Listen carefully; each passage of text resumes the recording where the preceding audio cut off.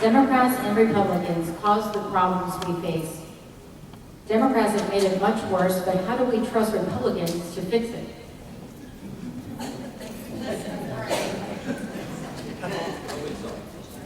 It is not about Democrats and Republicans anymore, ladies and gentlemen. It's about principles of governance. It's about philosophy and ideology. It is about, does the United States of America want to continue to be a constitutional republic, or does it want to be a bureaucratic nanny state? Does the United States of America still believe in economic freedom, or does it believe in economic dependency? Does the United States of America believe in the individual, their sovereignty, their rights and freedoms, but their responsibility and accountability, or do we believe that we're just a big collective grouping? Does the United States of America believe in our free market system, or does it believe in nationalizing our production? And that's where you have to test people, because you're absolutely right. Whoever asked that question, Republicans overspent, Democrats overspent, so how do we correct it? You got to get people that understand the fundamental principles that made this nation great what it is. And you got to get people to trust you to turn this situation around and understand really what the federal government is supposed to do. Economic security, energy security, national security. And everything pretty much falls under there. That's what we've got to do. And we got to stay focused on that. That's what keeps me awake at night. That's what gives me the gray hair that I really didn't have a lot of about 3 years ago. Is what is going to be the future that will lead to those children and grandchildren. 16.2, 20, $26 trillion in debt. If you want a government that is willing to provide you free health care, free education, free cell phones, whatever you want, there are people that are willing to do that. But eventually, as General Thurman, who is now the commander of U.S. forces in NATO, said, in Korea, once taught me, there ain't no free chicken. Someone's buying that chicken.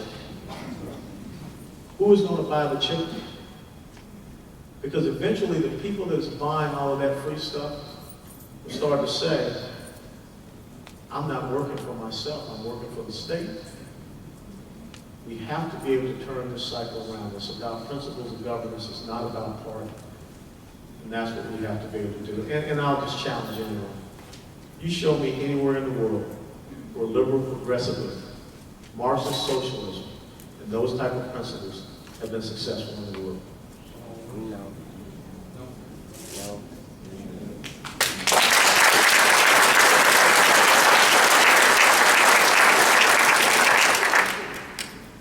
Sir, what is your opinion of term limits? Let me tell you about term limits. I want to recite to you a quote. I want to tell you who said it when. The quote is, "Nothing so strongly impels a man to regard the interests of his constituents than the certainty of returning to the general mass of the people from whence he was taken, where he must participate in their burdens." 17 June, 1788, George Mason at the Virginia Ratifying Convention for our Constitution. Our founding fathers never meant for us to have politicians as a career pursuit.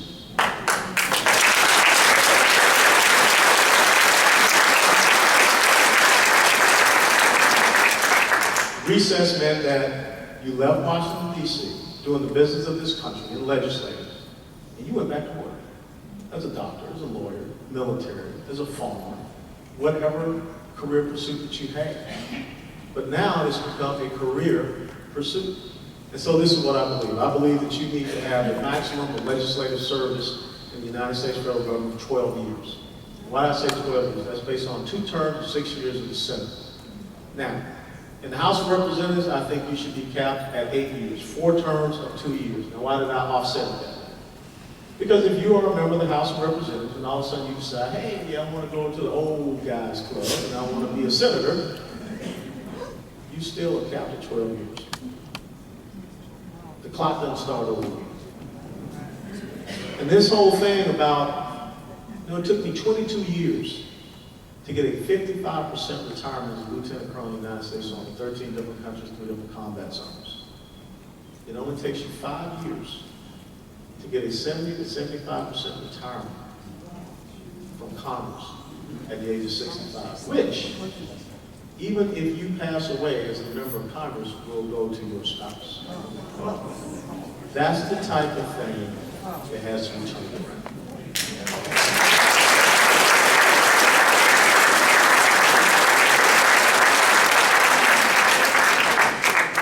Sir, what can you do to make the English language the official language and the only language in America? Well, I think that we should continue to try to bring that up for a vote. The last time it was brought up for a vote, it was defeated in the House and the Senate. I think, every other month or so, we ought to try to bring that up for a vote.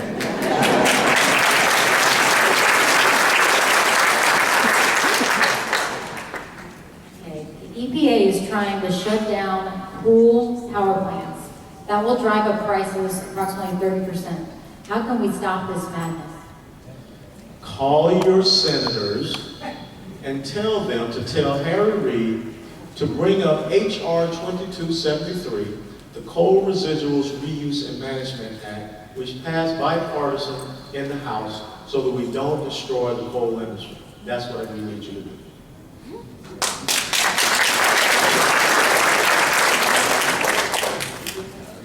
Sir, I would like to know what the government is going to do about unsafe FAA flight schools and predatory lending and big banks. Well, this is what we have to do with big banks. There's no such thing as too big to fail. And I think the only thing too big to fail, that's part of the creative destructionism of the free market. If you out there and you do nefarious actions, predatory lending practices, bad business practices, then people aren't going to go for your service. But someone else is going to step up and improve upon that bank or whatever, and they're going to buy it, and they're going to continue to make it a better service. But the problem is this. It's not that the free market is bad. It's not that capitalism is bad. It's that crony capitalism is bad. The problem is that when government comes in and starts to pick the winners and losers in the free marketplace, that's what is bad. Let's do a case study. 2008, mortgage meltdown, economic meltdown. What really got that started? You got to go back about 30 years to the Community Reinvestment Act, which said that all of a sudden, every American had a right to own a home. And regardless of standards, the federal government will penalize you if you don't lend out to those people to have a home. Now, some banks tried to hold out from that. They got penalized, so they ended up giving into it. And they made those mortgage loans to people that they knew would not be able to afford it. Some banks saw this as a great opportunity, and they instituted predatory lending practices. Then government all of a sudden decided that we would take a good piece of financial regulation called the Glass-Steagall Act, which separated commercial banking from investment banking, and government repealed it. So now banks start to securitize mortgages, and they sold them from bank to bank, and then they sold them to overseas, and it really did become a pretty big Ponzi scheme. And then we got further down the line, and we created this thing called Fannie Mae and then Freddie Mac, which now became government-sponsored enterprises, which meant the American taxpayer was the one backing a lot of these bad loans that were coming out. And then as we start to see some very bad indicators, we say, oh, it's okay, don't worry about it. All of a sudden, 2007, 2008, we had a major meltdown. All because people, Republicans and Democrats, violated free market principles in the United States of America. And that's why you cannot have a government that goes in and believes that it's a venture capitalist by using American taxpayer dollars. It can choose the winners and losers in the marketplace by taking taxpayer dollars and providing bailouts to financial industries. That is how we keep ourselves in a financial crisis. You can't allow that to happen.